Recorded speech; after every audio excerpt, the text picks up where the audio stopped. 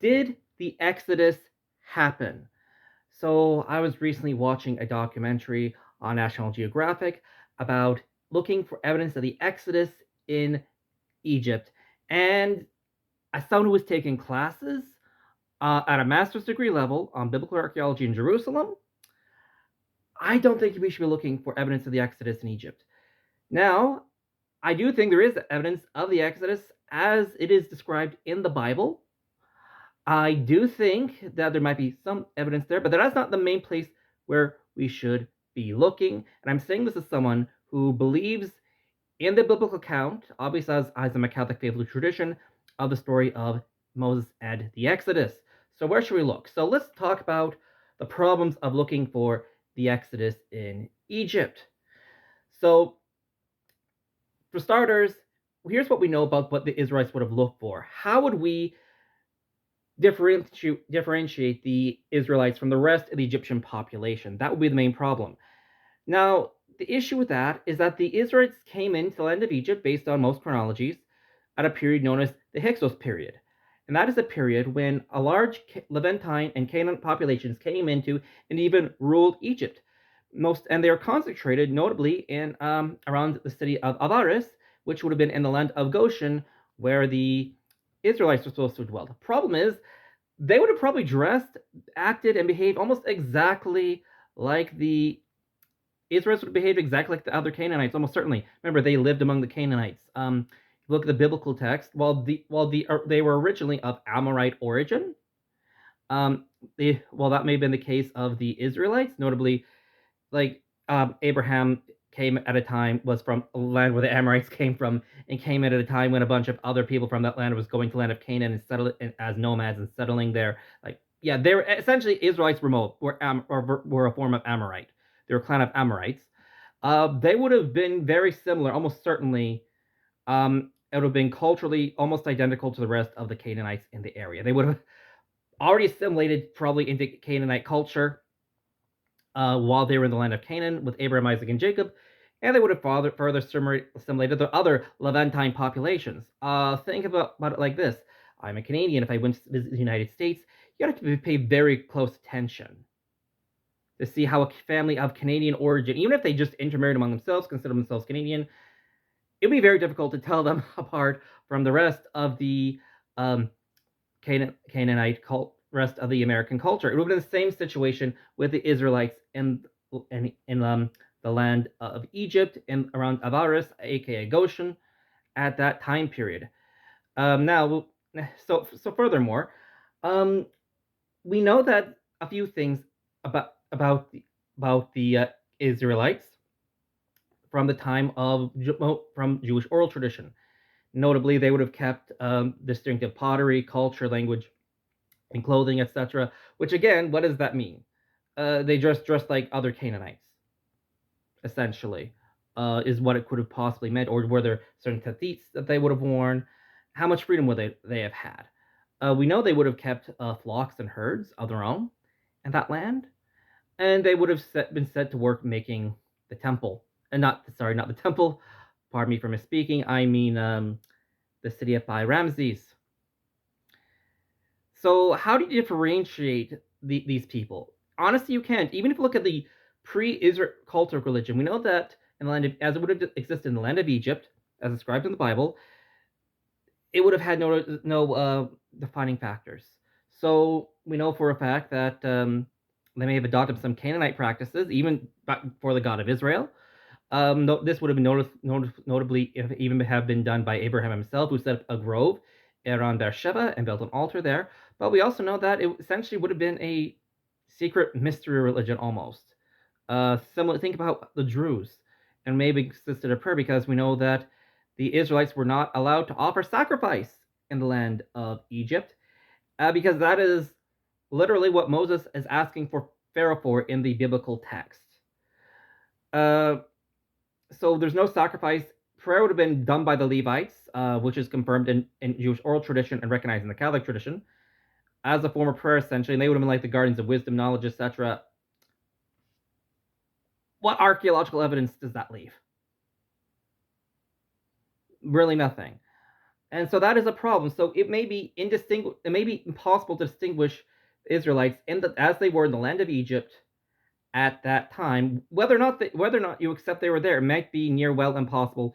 The only exception to this would be is if you find textual evidence from the time period, which in my opinion would have been around the 18th dynasty. There's a misconception, and some church fathers were mistaken in this as well, notably Eusebius of Caesarea, who suggested, based on the evidence that they had, that the pharaoh of the Exodus was Ramesses II.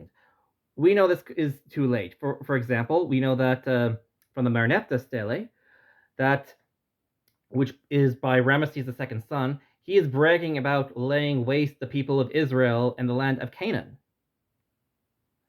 So that would mean, so even with 40 years in the desert, it would have been too soon. It's too short time after the death of Ramesses II for them to become a settled population in the land of Canaan at that time. So it cannot have, contrary to the Prince of Egypt, contrary to the Ten Commandments and other biblical movies, it almost certainly wasn't Ramesses. Actually, Ramesses II, around his time, that is around the time when King David was probably actually rising. It would have been or the time of the judges or King Saul. So it would have been far closer to that time period, based on archaeological evidence.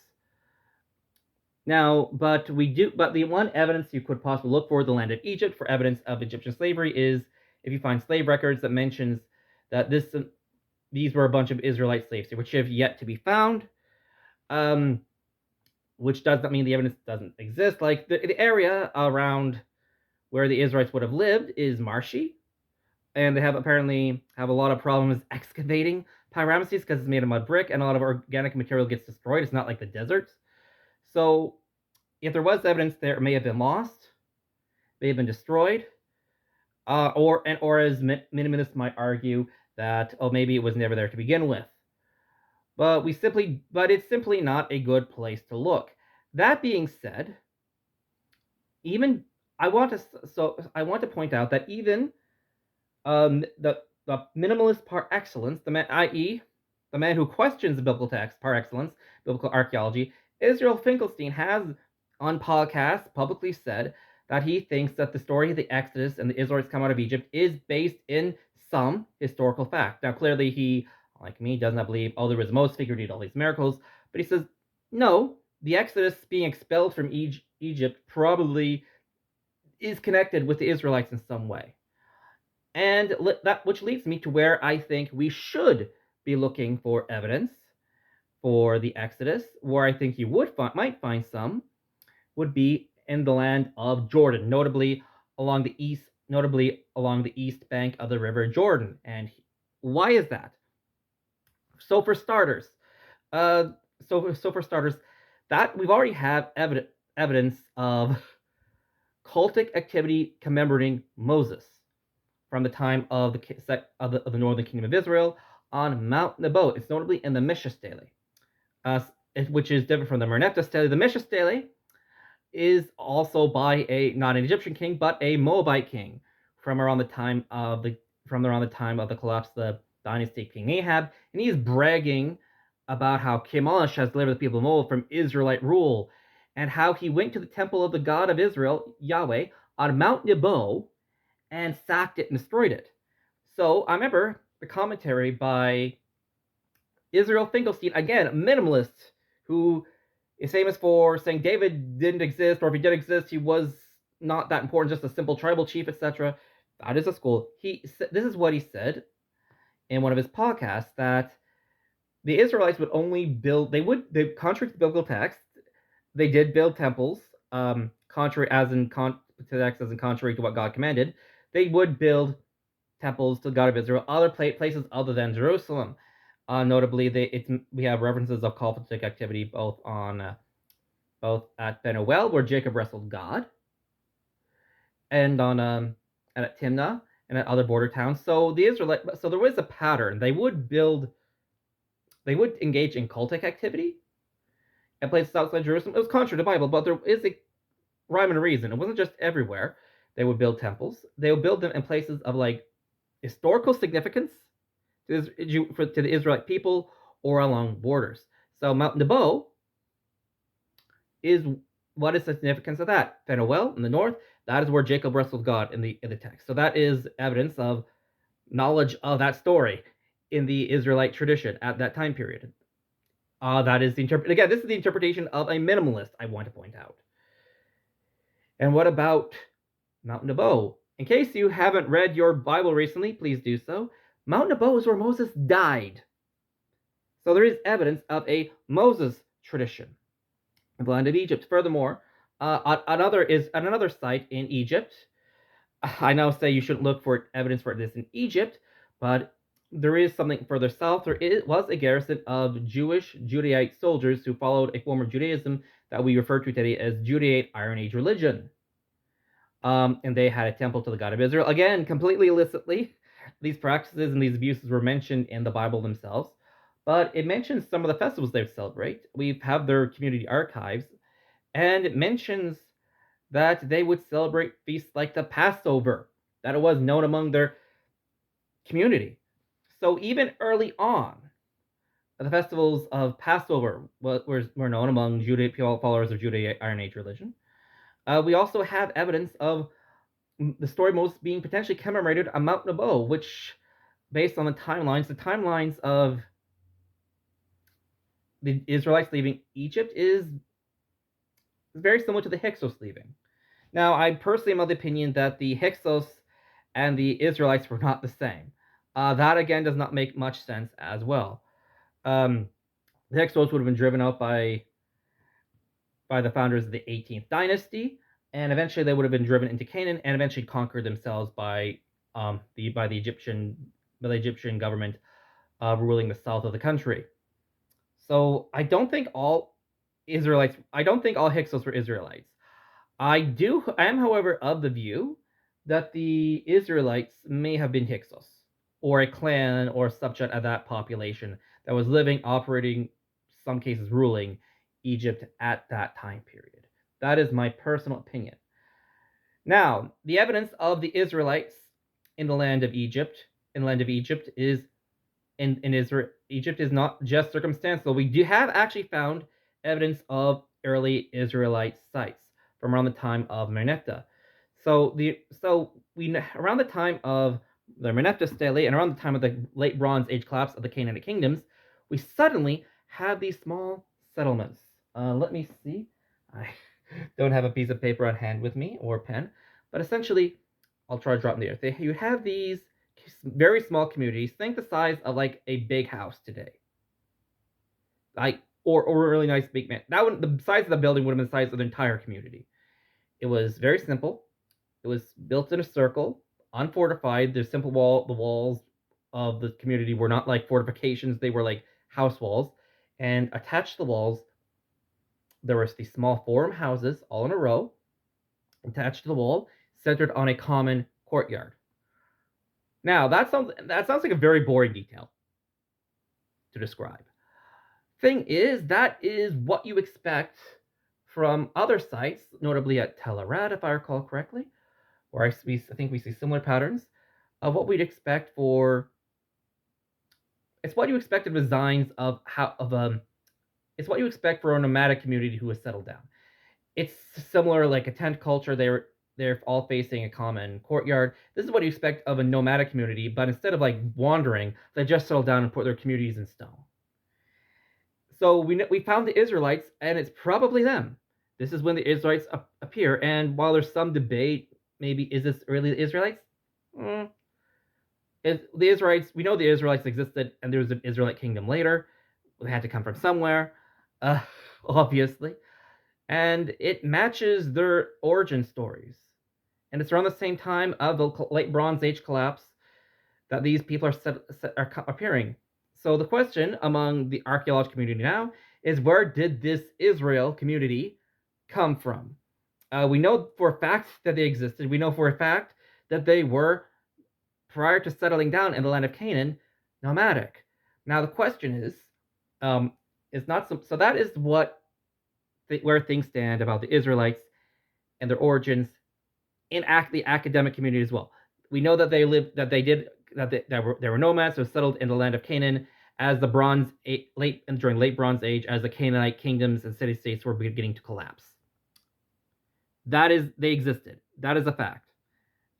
You might find some people willing to question that in academia among archaeologists, but it's very mainstream knowledge.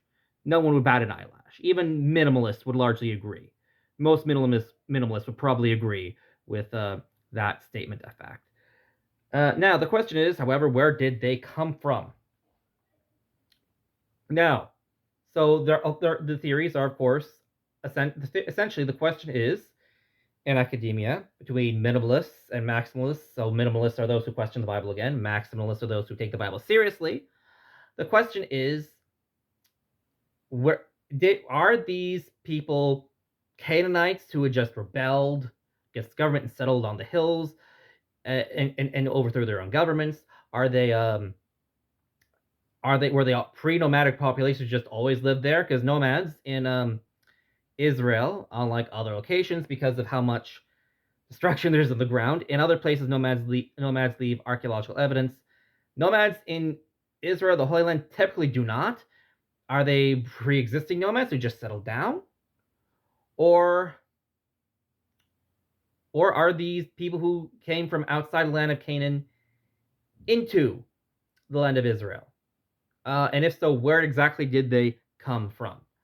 So, so there's a number of mysteries with this. So, as to the theory that they are a population of rebels who were being persecuted by the Levantine by the late Bronze Age kings. And by the way, uh, the late Bronze Age was a tough time to be Canaanite. If you think leaders, I should really make another video on. Actually, we should probably look at the Israelites more as liberators of the poor rural Canaanite population who are being pressed by the evil overlords than anything else. Honestly, um, but but the archaeological evidence would point that that is not the case. For example, we see at Tel Zor, which is mentioned as being captured and destroyed by Joshua. It was destroyed violently, but there is evidence that the population took pains and efforts to bury and hide their iconography and their idols before they left. So it shows that it's what you would expect from an outside force coming in, rather than just rebels coming and smashing everything. So what is more, the site of notably the site of Tel Zor seems to have been avoided. There are Israelite campsites near Tel Zor, but they initially avoided that site. So it does not appear, so if you're going to be rebels overthrowing your own government or fleeing, and by the way, there is evidence of this as well in the past in Canaanite culture. So I think I don't agree with the minimalists, but there is evidence of Canaanites just leaving and abandoning their governments and heading out to the fields, being nomads to get away from tyrannical government, but from the past. But this is not what you expect to find. The site was not just abandoned; it was destroyed actively. It was actively destroyed. Now, so it was probably not a rebel movement. Otherwise, just live in your own city and keep worshiping the same gods as you did. But no, there is evidence of active destruction. Secondly, I learned this in one of the talks in one of my classes. One of my fellow students looked at how some of the idols were destroyed, and what's interesting, the hands were chopped off in many cases. That is how. What was interesting about that is a very Egyptian practice of destroying, of punishing, and humiliating a defeated enemy, which shows that there is possibly some Egyptian influence in there. Sound like anyone we know may have come up out of the land of Egypt.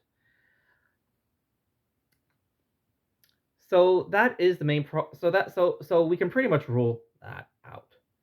So we can pretty much say that we can pretty much rule out the idea that it was rebels.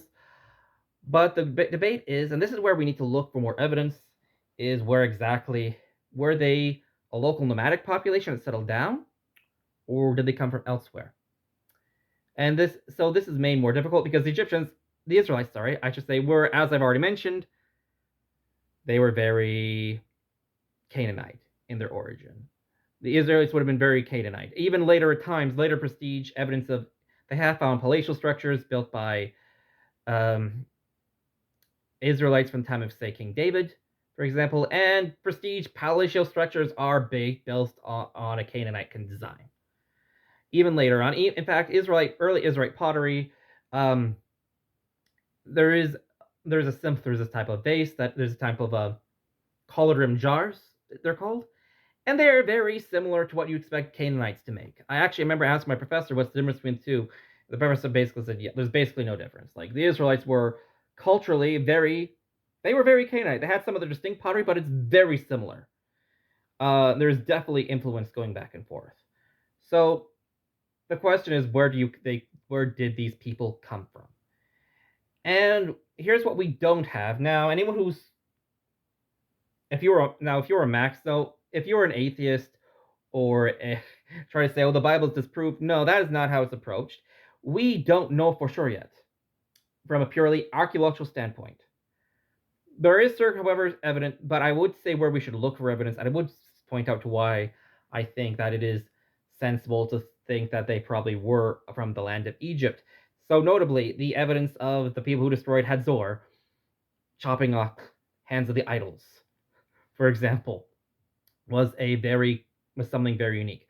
The fact that the early Israelites seem to have centrality of cult, notably around Tel Shiloh, and I think there was around Tel Shiloh, we know that there was Israelite cult activity there, which, by the way, the same floor design at Tel Shiloh was later on used apparently for decorating the floor. The same was used at the Second Temple, and that is apparently, I've heard elsewhere, that's also the same floor design. If you go on Golgotha, the Catholic side, that is what the floor design looks like today. So it is very ancient, a lot of continuity there, interestingly enough. So there is evidence of a distinct culture forming early on. They were nomadic. They did have some of their own pottery, and they were a very conservative culture. Like the Canaanites had very elaborate pottery. It got simpler as time went on, but they did not change their pottery for years. We know they were nomadic. The question is where we should look, and the question is on the east, and I say the east side of Jordan for a number of reasons. One, we know that the biblical texts say that's where they were. And to my knowledge, I'm not sure if there's been any excavations at all in that side of the Jordan looking for Israelite settlements for that time period.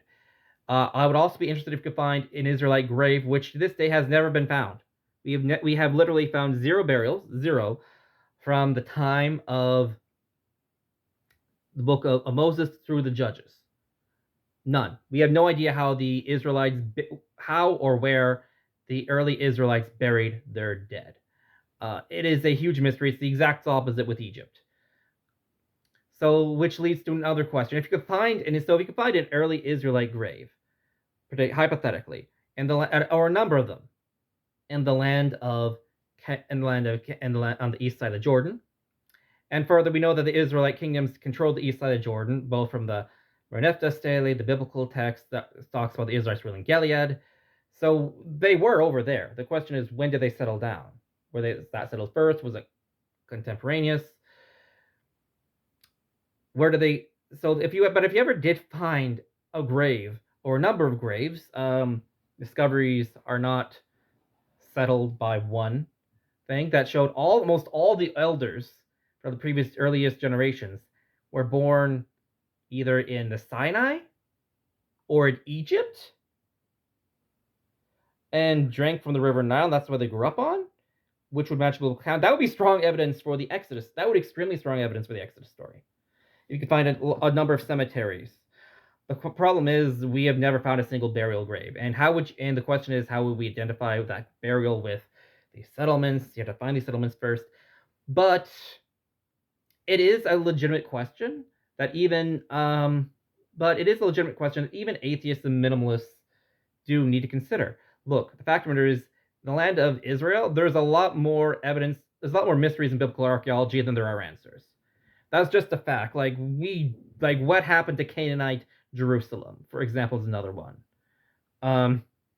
We have more evidence for the kingdom of David existing than we do, for example, of Canaanite Jerusalem. And in the archaeological record, we have diplomatic correspondence with a pharaoh and the Amarna letters so we know that they existed. This is a common problem in biblical archaeology.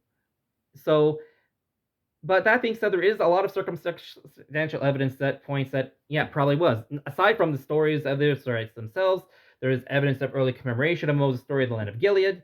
We do know for a fact that the Israelites were nomadic prior to settling in the land of Canaan.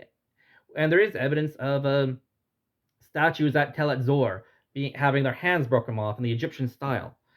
And the only people that really claims to have destroyed Zor would have been the Israelites. Like the Pharaoh's not bragging about it, which she most certainly would have done. So why is so there is reason to strongly suspect that there is, and the Exodus story is true.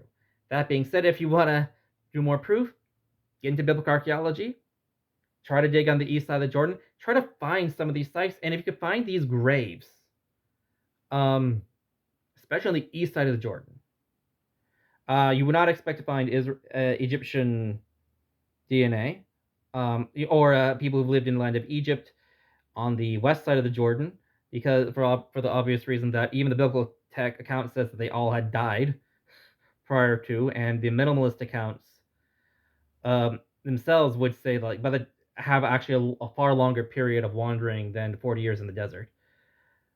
But the east side of Jordan, that's what you should look for, and there is a lot of circumstantial evidence to think that is probably, even from a purely secular, purely archaeological standpoint, that there is something to the Exodus story. That is not just a myth.